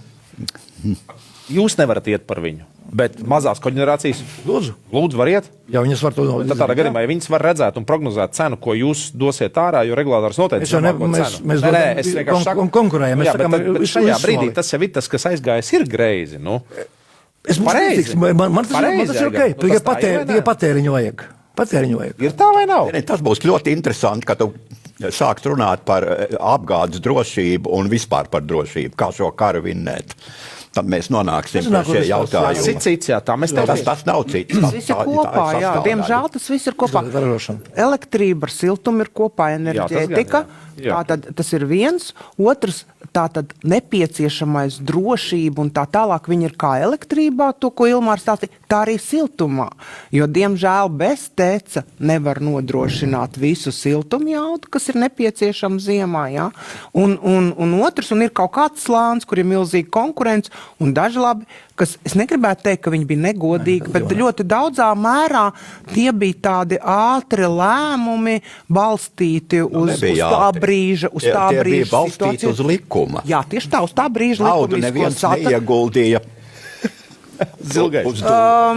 Gribētu teikt, ka varētu, jā, tieši tā, norientējoties uz tā, bet vai viņi ir, cik viņi ir tālredzīgi, par to vēl varētu spriest un runāt, bet ne par to ir stāsts. Šobrīd ir tā, kā ir, un manuprāt, šis tiek arvien vairāk un vairāk sakārtoties, jo tā situācija jau ir mainīga. Viņa mainās ar katru brīdi, gan tirgus, elektrībā, ko mēs nevaram paredzēt. Un es domāju, ka ražošanas sadaļu, kas paliek arvien sarežģītāka un arvien diversificētāka, tomēr vajadzētu laist brīvajā tirgu. Tāpat kā tas ir elektrībā, tāpat kā tas ir gāzes sadaļā, jo sadala un pārvada tie ir tādi stabilāki, un tas, kas attiecās uz siltumu, viņš būs arvien elastīgāks, daudzveidīgāks, un tas varētu būt vairāk pakļauts tirgu, ne tikai Rīgā. Ilmār? Jā. Īsa replika Jurim Ozoliņkungam? par pieminētiem Rīgas teciem. Viņi Juri, nav mainījušies kopš 2003. gada, kad tika palaista TEC 1 rekonstrukcija, jā, un izbūvēt 7., 8., 11. gadā TEC 2 bloki. Jā, viņi ir saglabājušies tie paši, izņemot to, ka Rīgas TEC 1 ir piebūvēt klāt iespēju darboties kondensācijas režīmā. Tas ir režīmā, kad ražo tikai elektrību bez liederīga siltuma izmantošana. Var piekrist taigā, ja, kad runājot par tirgiem, elektrībā tirgus ir normāls, viņš ir Nord Pool savienots ar varenām saitēm, ja, un šeit var darboties gan Skandināvijas valsts Baltijas tirgu, gan arī paši Baltijas valsts savstarpēji. Ja. Runājot par siltumtirgu, tas ir ierobežots tirgus, un cik ir vietās siltumtirgus Latvijā? Tikai Rīga, laikam. Rīgā, viņš jau liek secināt, ka viņš ir mākslīgi izveidojies, ja, kad viņš ir piebūvēts klāt tam, ko es pieminēju, kad Rīgā jau ir liekas siltuma jaudas, rekonstruējot tecas, šīs te jaudas tika speciāli samazināts. Tā ir tā vai nav tā? Samazināja jaudas vai nesamazināja? Mēs jau viņu nevaram samazināt, jo fiziski dedzinot, mēs efektivitāti uzlabojām. Darbojoties gāzes turbīnai, šajā gadījumā uzlabo efektivitāti, mazinās siltuma daudzumu, kad ražojot elektrību. Bet to, ko Ilmārs saka, tad ir sagums tam vai nav? Ka viņš saka, ka jūs speciāli esat samazinājuši siltumu. Mēs nevaram spēt, to inženieri saka, ka to nevar izdarīt. Es pārjautāju. Par cipariem nerunāsim. Pirms rekonstrukcijas tomēr es pieminēšu ciparus. Pirms rekonstrukcijas tikai koģerācija bija pār pa 1000 megavatiem, pēc rekonstrukcijas 550. Jā, viņas siltuma jaudas koģerācija ir samazināta uz pusi. Tajā pašā laikā elektrības jaudas bija 500, mēs viņas pieaudzējam. Tātad efektivitātes rezultātā divreiz. Tā ir efektivitāte. Protams, es jau pieminēju, Eiropa efektīvākā tehnoloģija un stacijas ir izveidotas. Edgars kādu brīdi neko nav teicis saistībā par šo visu, un to es tā vai savādāk, tās atjaunojumās enerģētikas, kā es minēju, tev vēlreiz vīrs, kas tur rūp par šo visu, tad pie šī sadalījuma, kā tev šķiet, tas ir pareizais virziens, kur mēs ejam, nepareizais, un mēs esam kaut ko pa vidu izdarījuši nepareizi, un varam kaut ko glābt tagad vai īsti nē? Tas, ka kaut kas nebija pareizi, to mēs tā kā vienojāmies. To mēs sapratām, tas ir skaidrs. Ja mēs skatāmies uz tuvāko nākotni, labi, es varbūt bišķi kļūdījos par tiem 5-10 gadiem, to tiešām varētu sakārtot arī ātrāk, jā. Es tas bišķi pesimistisks esmu. Nē, viss kārtībā, 10 gadu, 3-5. Bet teiksim, viens konkrēts arguments, teiksim, pašlaik neatkarīgie ražotāji Rīgas siltumam nevar piegādāt visu nepieciešamo siltumenerģiju no šķeldas vai atjaunojumiem resursiem. Jā. Tā pašā laikā Rīgas siltums ir izdevusi tehniskos noteikumus apmēram uz vēl tādu pašu jaudu, kā jau tagad ir, lai patiesībā nosaktu tos 600, kas ir nepieciešams. Jā. Un tad jautājums, kur mēs ejam, vai mēs, teiksim, būvējam vēl jaunas šķeldas katlumājas uz priekšu, teiksim, Cik Rīgai vajag siltumu Domā par to jauno, to, ko viņi taisās būvēt otrā krastā, vai par ko tu tagad runā? Nē, es runāju par labo krastu. Tagad. Labo krastu. Labi, ok. Cik jauts vajag? Juris tikko minēja. 600 megavati ir maksimālā Rīgas siltums. Slodze.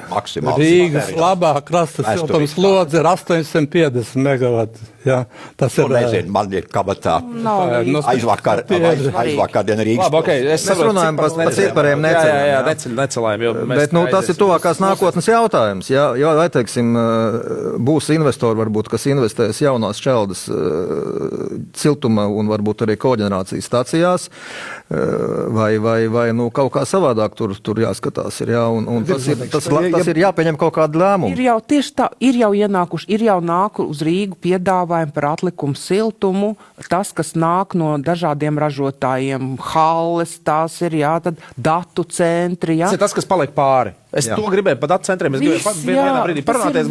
Industriālo siltumu. Industriālais vai, tas, kas paliek pāri. Bet viņi paši pieliek sev un vēl vairāk. Bet paskatāmies vēl vienu lietu. Ja mēs runājam par siltumu inženieri, runa par labas kvalitātes siltumu un zemes kvalitātes siltumu. Tas, ko mēs runājam par to, kas atlikums siltums pēc datu centriem, kas ir 70-60 grādu temperatūra ūdenim, mums vajag tīklā pietiekoši augstu temperatūru, lai varētu aiznest līdz mājai to siltumu. Otrs variants gan. Pasaulē ir vēl viens šim pētījuma risinājums, kad iet uz zemākas temperatūras siltumu, lai mazinātu zudumus tīklos. Tāda ir citas stāsts. Ir runa par to, ka palielina plūsmu caurulēm un iegūst to pašu siltumu daudzumu, māja ienes iekšā ar zemākas temperatūras siltumu.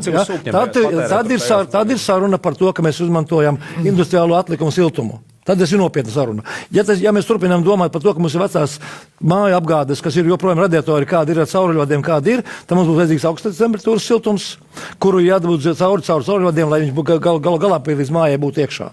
Tā ir realitāte, kurā prasa tehniskais risinājums no vienas puses. No otras puses, par šo stāstu par 600 megavatiem, ja tas ir ar mērķi zaļais siltums, kur prognozējot, ka CO2 kvotas desmitkāršosies, vai vēl kas notiks ar gāzes izmaksām, kuru rezultātā tec siltums kļūst absolūti nekonkurētspējīgs. Tad tur ir loģika. Tāpēc es neesmu redzējis pamatojumu, kāpēc Rīgas siltums šo izsludina, bet tam būtu jābūt inženieriski un ekonomiski prognozēšanā pamatotam. Jo, kā jūs zināt, kolēģi, to daļu siltuma, ko vajag labajam krastam, Rīgas teicis var nodrošināt, vai ne? Edgaram, piedodiet, Edgars. Nē, te mēs nonākam pie tā, ka, teiksim, līdz šim mums acīm redzot trūcis pieredzes un kompetences šo jautājumu savlaicīgi risināt un savlaicīgi pieņemt tālredzīgus lēmumus. Bet mūsdienās, teiksim, arī ir iesaistīti zinātnieki, ir izstrādātas metodikas, kā veidot politikas, ir izstrādāti instrumenti, kuros var modelēt, teiksim, nākotnes attīstības scenārijus, ievadot dažādus datus un izvēlēties optimālākos rezultātus vienā vai otrā virzienā. Respektīvi, mums tagad ir, atšķirībā no pagātnes, papildus instrumenti, ko politiķi un birokrāti var izmantot, lai precīzāk varētu pamatotāk veidot šīs nākotnes prognozes atšķirībā no mūsu uzstādījumiem, uz kurien mēs ejam. Un te savijās kopā tas politiskais uzstādījums, vai mēs pamatā ejam atteikties no fosilās enerģijas, cik mēs daudz varam saražot paši biogāzi, cik mēs varam saražot varbūt nākotnē ūdeņradi, un tas viss būtu jācenšas veidot uz zinātniski pamatotiem modeļiem, nevis tikai kaut kur kabinetos vai Saeimas komisijās kaut ko izstrīdoties. Tā lielākā problēma pašreizajā brīdī, man liekas, tas, ka tā pasaule ir tik ātri iegriezusies, ka mēs, kamēr mēs birokrātiskajos gaiteņos spriežam par to, kur likt kādu vai citu enerģiju, viņi jau sen ir nomirusi un izdzimusi jaunu, bet mēs joprojām mēģinām vēl saprast, ko darīt. Es nezinu, kaut vai saules paneļiem. Viss, tas ir beidzies. Teorētiski jau, bet vēl joprojām spriež par kādām kvotām un ko mēs tur piedosim klāt. Un šī imantā liekas, ir viena no problēmām, kurai mēs vienkārši netiekam līdz tam laikam. Tas ir numur 1. Ilmār, tu vēl kaut ko gribēji teikt, un tad es gribētu pārmest ar citu tēmu, tad mēs te mazliet esam iesprūduši šajā visā. To, ko Aigars pieminēja par zemo temperatūru siltuma apgādi, par datu centriem, visu par šo atlikumu siltumu, kuru tādā gadījumā būtu iespējams jau efektīgāk izmantot. Šis risinājums velk līdzi ļoti liels izmaksas jau pilsētā, jo visas ēkas, visas siltuma apgādes sistēmas ir aprēķināts uz citiem parametriem, 100 un vairāk grādiem, teiksim, ziemas periodā. Un, ja mēs gribam pāriet uz 70 grādiem, tad ir jāpalielina ūdens plūsmas, jāpalielina visu radiātoru. Tas, ko Aigars jau arī teica. Bet tas ir miljardi, un tie ir gadu desmiti, lai pāriet uz šādām, teiksim, sistēmām. Tieši tāpēc arī teicu, ka šobrīd mēs vienu no sapņu variantiem varētu būt atlikumu siltums. Pēdējā daļā par to nākotni varam parunāt. Mēs tiksim tik tālu, nezinu. Bet šis ir tas, ko Aigars arī teica, ka šis tā vai savādāk tā ir ļoti laba tendence. Teci ir izbūvēta priekš šīs, teiksim, siltuma apgādes sistēma, viņa 3. saucās, tā 4. ir pazemināts, 5. vēl, tur teiksim. Sistēma ir uzbūvēta, kāda viņa ir, un tur neko darīt. Un šeit bez problēmām ar to pašu tehniku, ar to pašu personālu, tām pašām resursu patēriņu ir iespējams apgādāt Rīgas pilsētu ar lētu siltumu bez problēmām. Un te ir tas, ka Teci risina elektrības patēriņu, nodrošina elektroapgādes drošumu. Un nodrošināt elektroapgādes drošumu, kas mēs siltumu metīsim ārā, kurš praktiski nemaksā neko. Nē. Viņš ir jāizmanto Rīgas pilsētā, un tas ir tas, kāpēc šodien, teiksim, varbūt arī šie tarifu jautājumi ir risinājumi. Tieši caur šī atlikuma siltuma izmantošanu, kurš iepriekšējos gados, piedodiet, tomēr šo lēmumu, kas bija pieņemti, caur konkurences padomu, bija ierobežota, un Latvenergo bija spiests. Viņi vienkārši nevarēja piedāvāt šos atlikumus. Mēs darbojamies tirgus noteikumos. Mēs ļoti perfekti darbojamies ar noteikumos, kādi ir, un tā robežās mēs arī darbojamies. Viņi bija tādi, Teci vai koģenerācijas režīms nav atlikuma siltums. Šie, man liekas, ir viens tādi likumdošanas lamatas. Atlikuma siltums koncepts ir parādījies tad, kad runā par siltuma atlikumu industriālos procesos. Kā es minēju, koģenerācijas režīms ir pazīstams 150 gadus. Mēs viņu esam darbinājuši un izmantojuši. Un nekad nevienam nav arī bijis sevišķi pretenzijas pret atomelektrostacijām, pret cita veida elektrostacijām, kuri vispār nemaz nevar citādi saražot elektrību kā kondensācijas režīmā. Tas ir fizisks process. Viņu nevar tagad paziņot, ka tas būs siltums par velti. Viņš nav pieejams vispār. Un tad tieši man būtu jāpajautā, kāda velna pēc tad Latvenergo tec vienu palielina elektrisko jaudu uz kondensācijas iekārtas pielikšanu šajā gadā.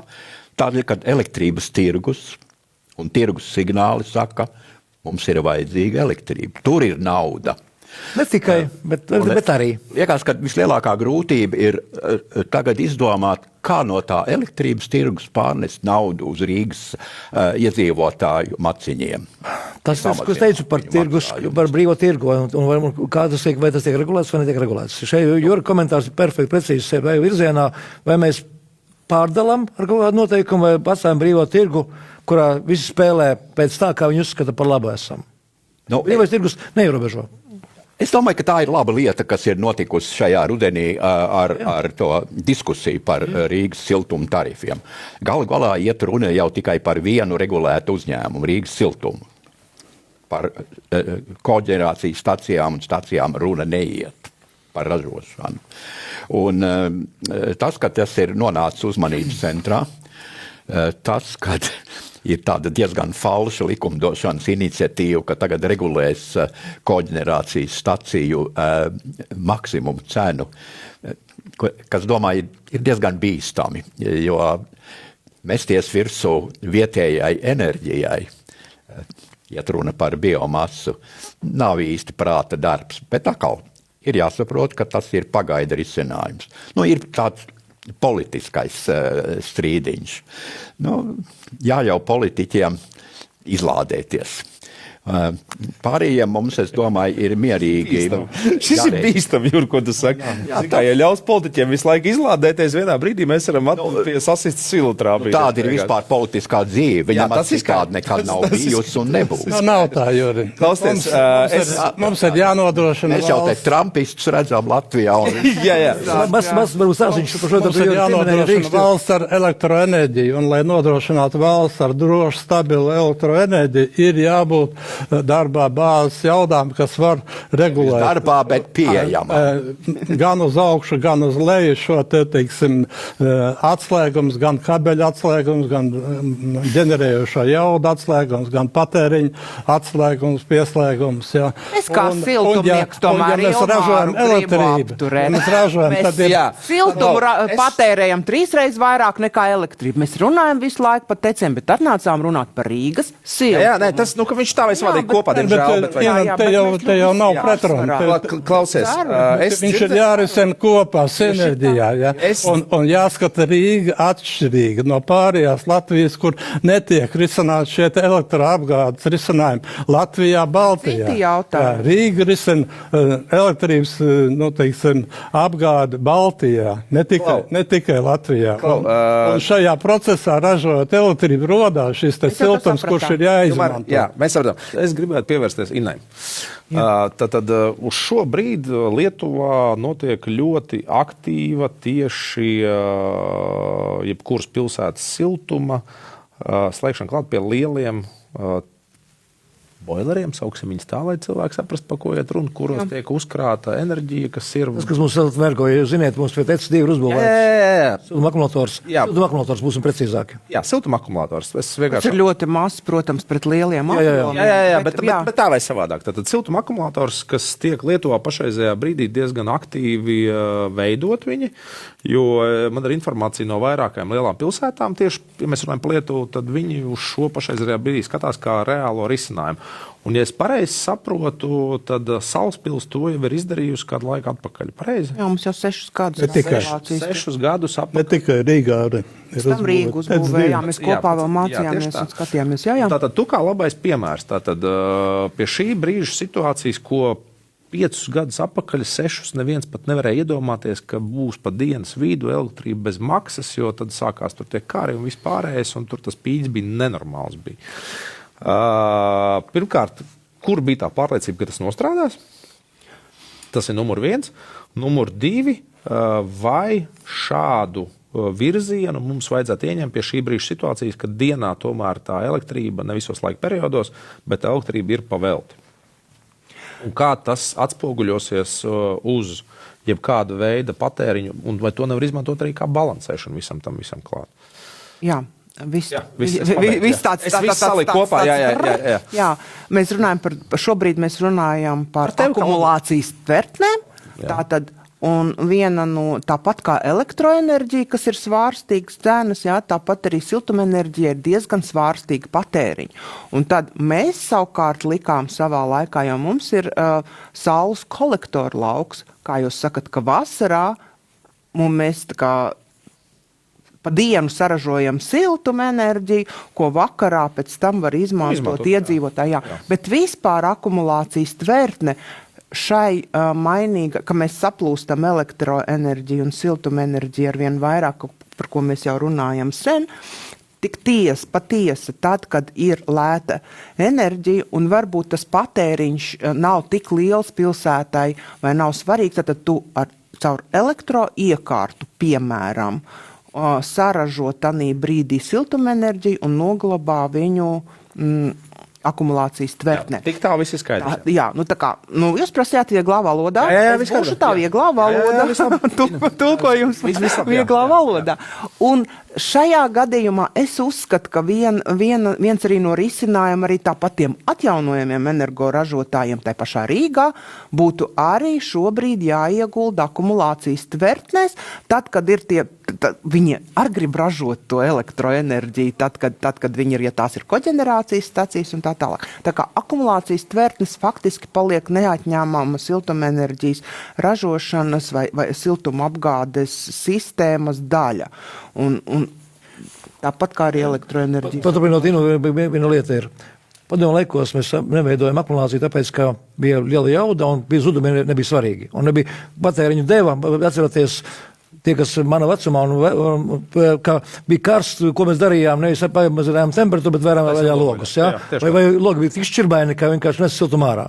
Šajā gadījumā akumulācijas tvertnē, tas, ka Ina pieminēja, dod iespēju paņemt enerģiju, tā kā viņa lieka, uzkrāt un atdot projām, tāpat kā tīkla variantā. Un tā fundamentālā svarīga, lai bišķi varbūt papildinot, nevis elektrība un siltums kopā, bet ražošanas process, kurā tiek iegūts siltums, vai nu ņemot šķeldu, vai gāzi, vai elektrību.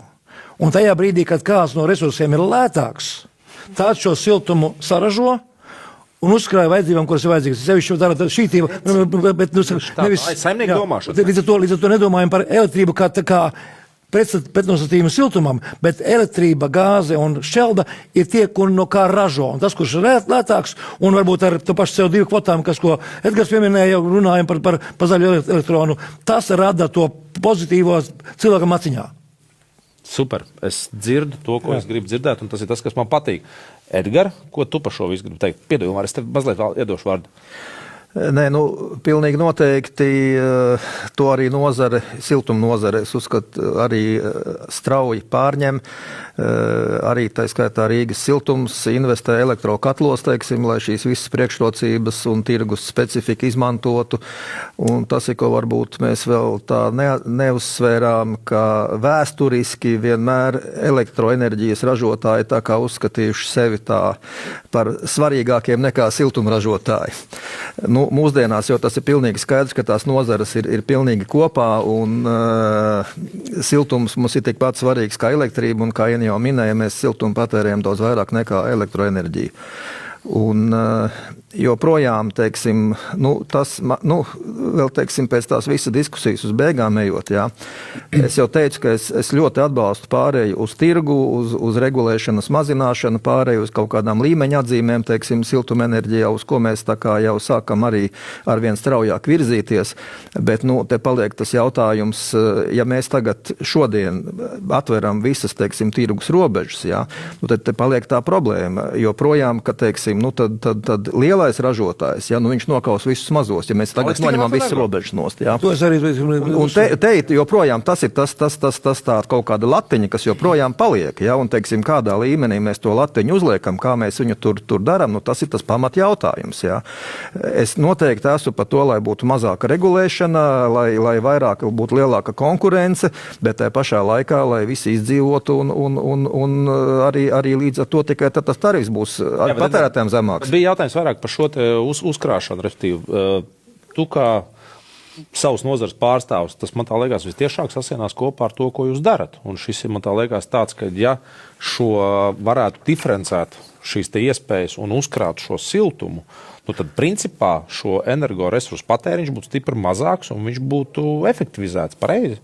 Par to jau neviens nestrīdās. Tas skaidrs. Tas pilnīgi noteikti. Pilnīgi noteikti, un arī tagad parādās jaunas tehnoloģijas, teiksim, tur nesen pirms 2 nedēļām bija siltuma konference un parādījās jau konkrēti reāli rūpnieciski projekti, teiksim, tur nevis ūdenī, teiksim, uzkrāt siltumu, bet smiltīs vai tur citos materiālos. Tas viss notiek un notiek ļoti strauji. Tad ejam līdz, viss ir kārtībā. Ilmār? Tātad par siltuma akumulatoriem. Siltuma akumulatori ne tikai Salaspilī ir uzstādīti, bet ir uzstādīti jau kaut kādā 19. gadā, 20. gadā Rīgas TEC 2. Un šis siltuma akumulators ir apmēram 10 reizes lielāks kā no Salaspilī. Tad viņu uzlika ar nodomu, lai atsaistītu elektroenerģijas ražošanu no siltuma ražošanas. Jā, tas nozīmē ko? Kad elektrība tiek ražota pēc grafika, kas ir nepieciešams elektrības nodrošināšanai, elektrības nodošanai atpūlā, un siltums atbilstoši, siltuma piegādes grafikam Rīgas pilsētai. Viņš dod iespēju, efektivizēt arī šo tec darbību, jā, vairāk izmantot tieši efektīvā šajā koģenerācijas režīmā. Jā. Nākotni, ja mēs runājam par nākotni, jau pārējot pie šiem jautājumiem, kas te pieskārās, protams, mēs redzam, ka katru gadu, tur vasaru, ziemu, aizvien biežāk parādās šīs zemo cenu periodi. Un noteikti šie zemo cenu periodi elektroenerģija ir jāizmanto liederīgi. Gan no vienas puses veicot arī šo nepieciešamo balansēšanu elektroenerģijas sistēmā, bet no otras puses vienlaicīgi izmantojot arī liederīgam kādam patēriņam. Un liederīgais patēriņš ir uzstādot elektrodu katlus, lieljaudu elektrodu katlus kaut kur energoobjektos, un tajā momentā, kad cena elektrība ir zem, mēs uzsildām šos elektrodu katlos, un ir jābūt krātuvēm. Šajā gadījumā jābūt ir ne tikai tādam relatīvi lielu, kas ir TC2, bet viņam jābūt ir vēl lielāks, un šādas tehnoloģijas ir. Tās ir karjeru tipa jau siltuma krātuvs, kurus spēj nodrošināt jau vairāk jau dienu, nedēļu, pat mēnešu, patēriņu. Tālāk ir jāpaskatās, kādā veidā mēs šo nulles cenu varam izmantot arī siltuma sūkņi. Es nedaudz varbūt apēdināšu tos lielos sapņus par to, ka mēs tūlīt par nulles enerģiju pirksim dienas vidū elektrību. Ar kādu domu. Es ļoti priecājos patiešām, ka ir šī enerģijas svārstības un ražotāju daudz. Viņš Edgars iebildus tev par to, ka saules paneļi izsaptos sapnis, nav taisnība. Ir viena lieta, mums jāierauga sistēmiski, kā valstī.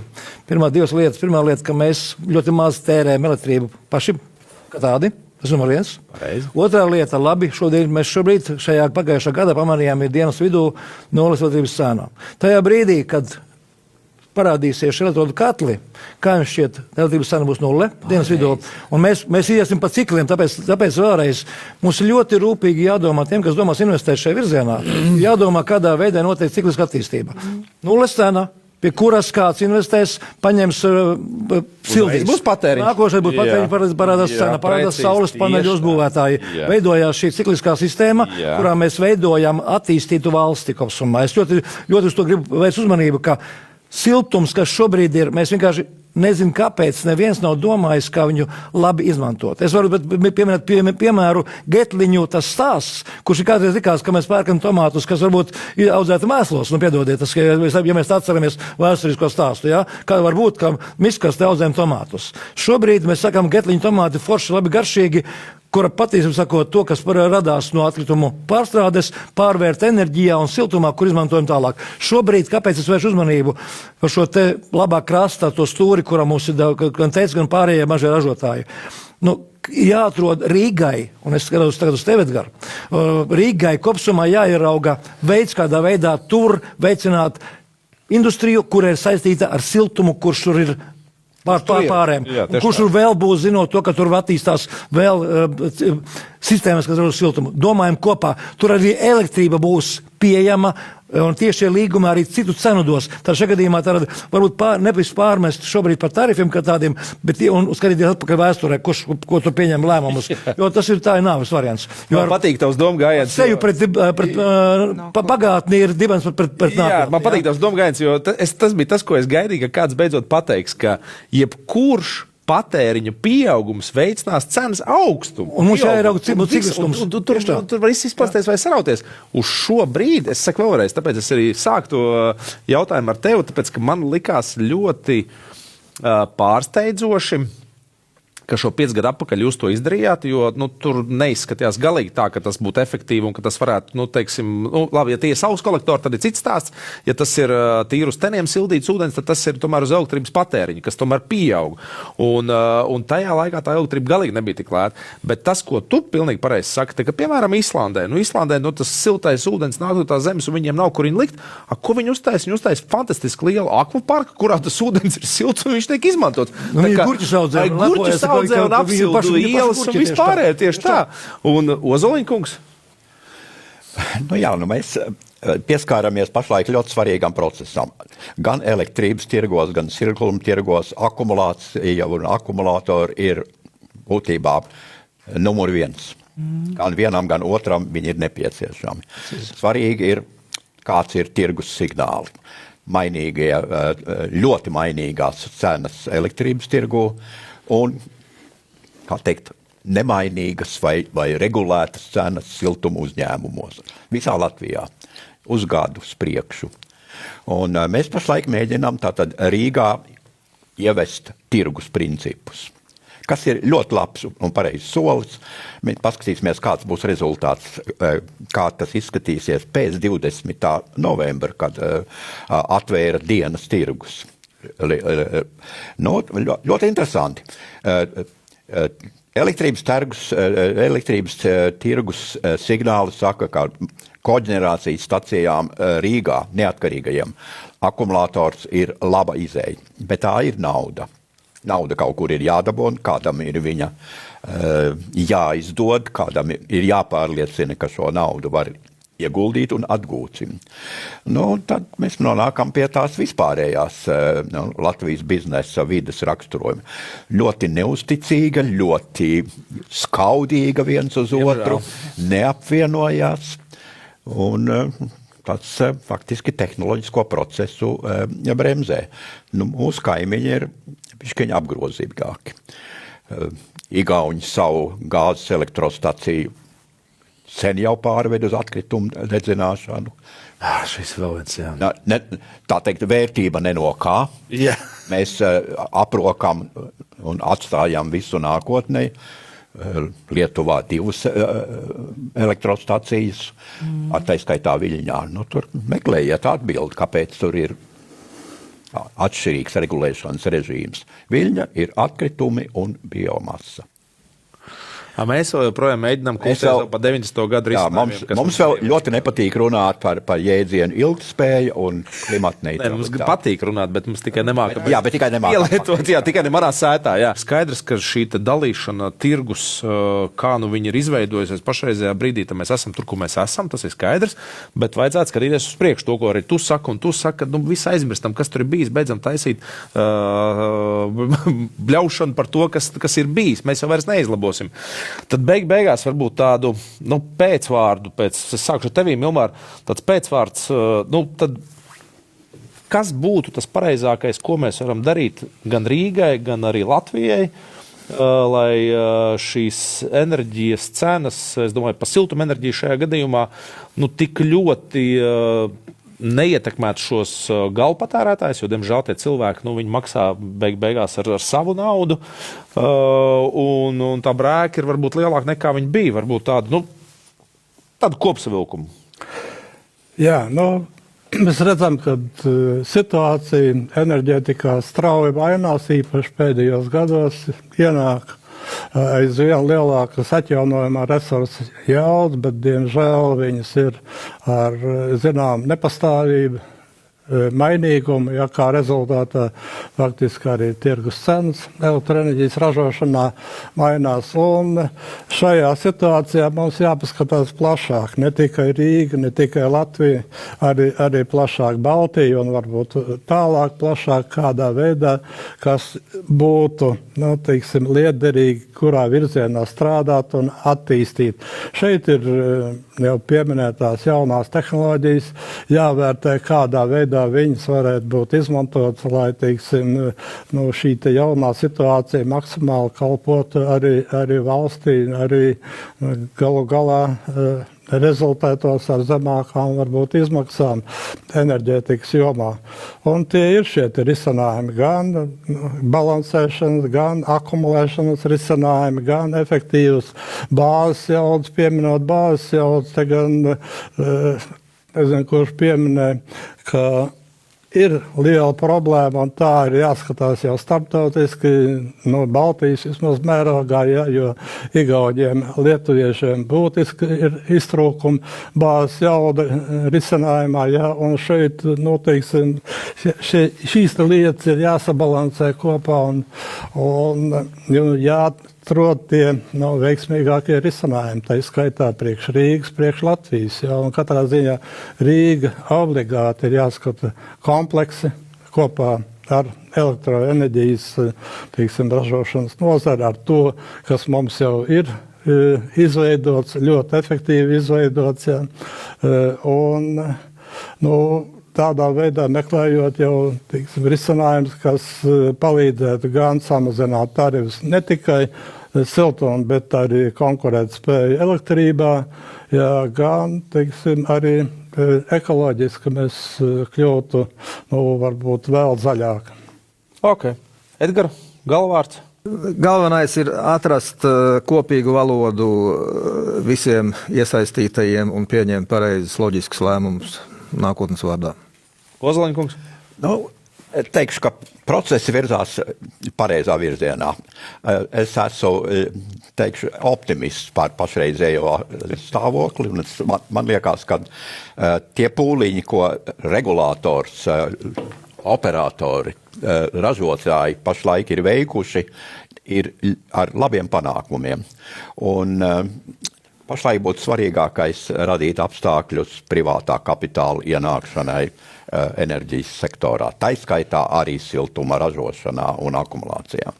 Man patīk tos optimismus. Super, paldies. Ina? Jā, es arī gribētu teikt to, ka pirmām kārtām mazāk birokrātijas, vairāk elastības regulāšana aizstājam ar uzraudzību, kur nepieciešams.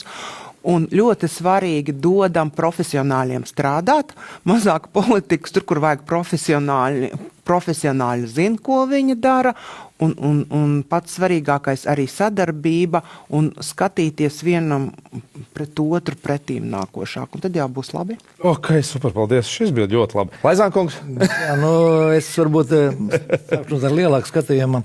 Nedaudz, jo paldies par diskusiju, kolēģi, bija ļoti svarīgi to visu dzirdēt un izrunāt, un es sevišķi domāju, ka tālāk nesot politiskā vidē un visur citur. Tā pirmā lieta ir jāieraug tas, ka Latvenergo tā nav Rīga.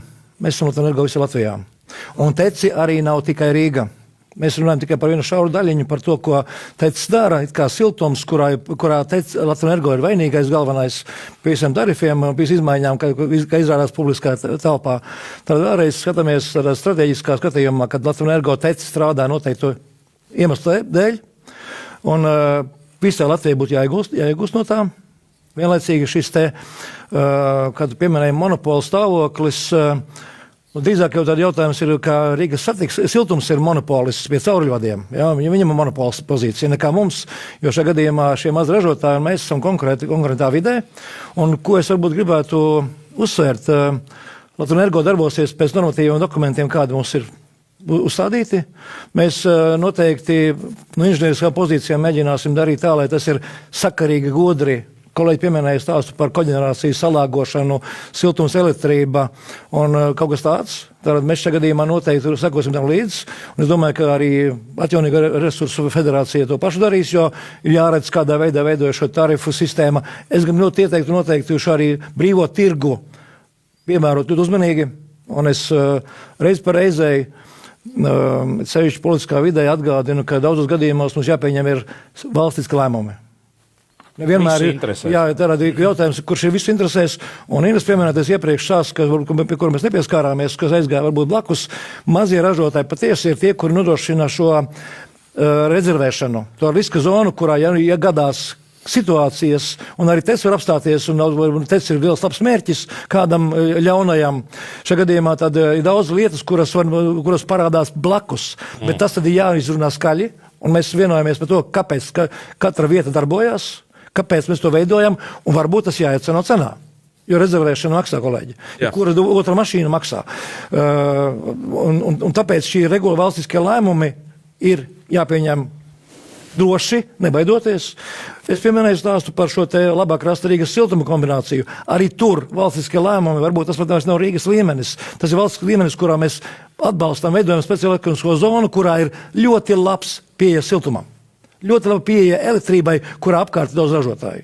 Tas vienkārši kā piemērs, kas būtu jālem ārpus mūsu kompetences, bet Latvijas Energo noteikti piedalīsies šādos attīstības virzienos. Mēs jau šobrīd meklējam iespējamos variantus ārpus enerģijas tirgus darboties, lai veidotu šo te labo pienesumu. Un tehnoloģiski attīstībā, tas, ko kolēģi pieminēja, siltuma uzkrāšana, vispārējais, mēs šobrīd to ļoti darām, un mēs ļoti gribam veicināt pāreju uz elektrību kā gala produktu. Tāpēc, ka, es domāju, visi kolēģi piekritīs, labāk regulējums, labāk vadāms, precīzāks, efektīvāks variants par elektrību gala patēriņā nav. Tas, ka mēs pa vidu izmantojam visu pārējo, arī starp citu... Par radiatoriem, kad runā par radiatoriem mājā. Arī pa siltumu, jā. Efektīvāk nekā nav, kas mazāk aizņem vietu. Šajā gadījumā skatāmies, kā cilvēki, kas zina, ka elektrība ir labākais enerģijas nesējs, labākais. Reklāma. Jā, šī ir reklāma, jā, bet viņam tas ir jādara, tur neko nepadarīs. Aigar, paldies tev un visiem. Bet vēl lēmumus. Es ļoti gaidu nevis diskusijas un ažiotāžas, bet lēmumus. Tāpēc, ka mēs daudzos gadījumos nokājam diskusijā vēlmi beigās likt uz galda papīru, ka šādu es vadītājs lēmumu pieņēmu. Jā. Griežam. Kāpēc daudz vadītāji ir inženieri vai ārsti? Tāpēc, ka viņam ir diagnozi jāgriež, vai inženierim tas gultnes vai tas zobrats jāmaina. Viņš nevar būt, pagaidīsim, ka viņš pats salabosies. Tāpēc novēlu politiķiem lēmumu pieņemšanas jaudu. Super.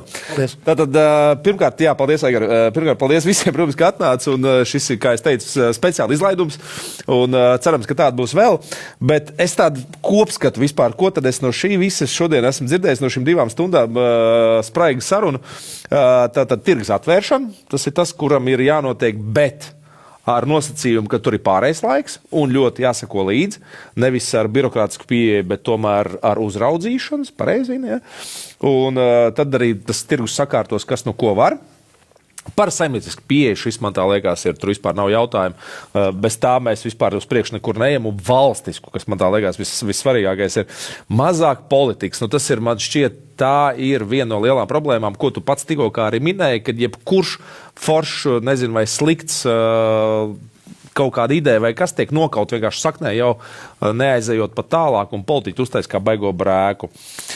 Izmantot, kur pieejams, tas gan man patika, jo šī lieta, ko mēs, man šķiet, tomēr neizmantojam tā, kā diezgan bieži vajadzētu, jo mēs gribam meklēt tos vainīgos, kas tur pirms tam to ir darījuši, tā kā to arī minēja, un mēģinam atrast, kas tad tur ir bijis tas veiklākais no visiem kurkuļiem dīķī, bet beigās varbūt izmantojam to, kas mums ir vienkārši, un liekam tur, ko vajag.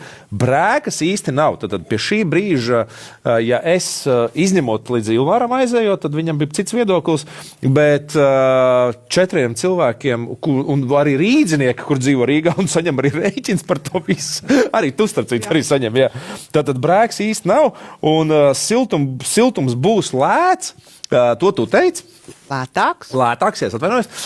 Siltums būs lētāks, un šeit, kā es minēju, jau politiķiem tiek noņemta ordeņi jau, un es par šo tikai priecājos, jo man godīgi sakot, man šķiet tomēr, ka tā lentīs griešana vai tā piespraušana sev pie krūts, ka es to izdarīju patiesībā, tur ir tik daudz cilvēku, kas ir iesaistījušies un to izdarījuši, un likts pie sevis klāt, un tas jau mazliet ir tā. Un, kas vissvarīgāk man no šī visa likās, ka drošība tomēr pirmā vietā, jo mēs kaut kur visā šajā brēkā par cenu, brēkā par to, kad kurš no tur ir vainīgs, ko no kur karsim pie stāba un tā tālāk. Un ir jau pa laikam kāds arī piekars, diemžēl, vai paldies Dievam, ka drošība ir kaut kur pazudus visā tajā. Un tā drošība, man šķiet, ir tas svarīgākais, jo tieši tā, ka tu saki, ja tec vai kāds no šiem te visiem izbeidzās, ko tad mēs darīsim? Bet visam maz komentārs. Mums jāprot šo drošību pārvērst kaut kādā mērāmā lietā. Monetizējam. Jā. Ir tas jēdziens, ka monetizējam kaut ko, kas nav Ko nevar izsvērt? jā, nevar izsvērt, bet patiesībā rezervēšana ir izsvērta. Enerģētiķi to sen zina. Kāpēc mums ar tecam ir divi bloki? Tā ir rezervēšana sistēma kā tāda. Jā, mēs it kā jauda samazināsies Rīgā, mēs pārdosim pēc vienu bloku, jā? Aha. Esam mieru? Jā, pēc tam redzēsim, kas notiksies. Jā, nu gadījumā kaut kas notiks. Rezervēšana. Jā, tieši tā. Ja? Un tas ir valsts lēmums, paziņojot, ka mums ir sistēmas, kuras nodrošina visā valstī rezervēšanu elektrībā, rezervēšanu siltumā. Bez šiem diviem parametriem Latvijā grūti izdzīvot. Jā. Nu, paldies, tā kā šis bija, man tā liekas, tādas tēzes tiešām, kas bija svarīgas. Protams, ka bija vēl daudz kaut kas, un jūs visi esat eksperti, par ko man tiešām liels prieks, un es ļoti ceru, ka mums diezgan daudz kas apskaudīs ar šādu publiku, kas sanākusi vienā telpā. Nu, tad līdz nākamajai reizē. Paldies vēlreiz!